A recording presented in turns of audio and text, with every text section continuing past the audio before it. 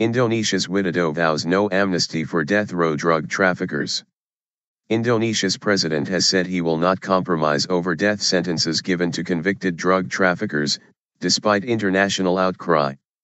Joko Widodo made the comments in an interview with CNN to mark his first 100 days in power.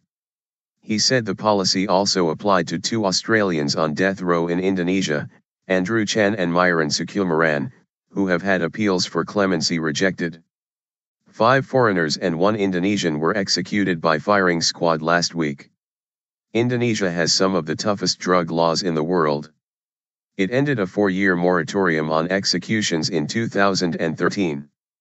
Joko Widodo has always insisted he will show no mercy towards drug criminals, saying they have ruined lives. No amnesty.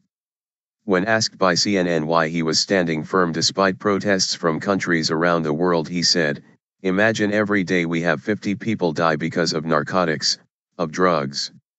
In 1 year, it's 18,000 people who die because of narcotics. We are not going to compromise for drug dealers. No compromise. No compromise," he added.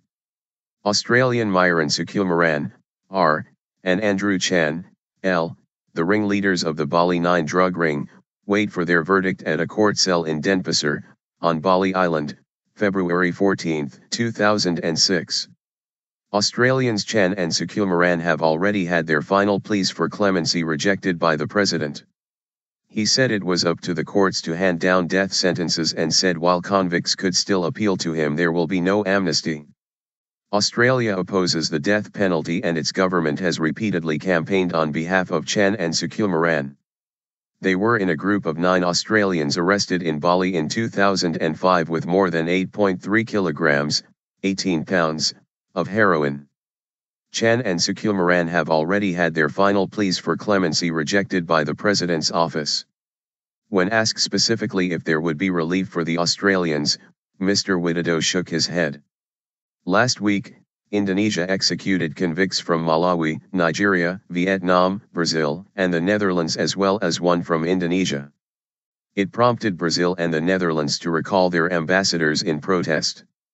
Australian authorities have threatened to do the same if Chan and Sukumaran are put to death.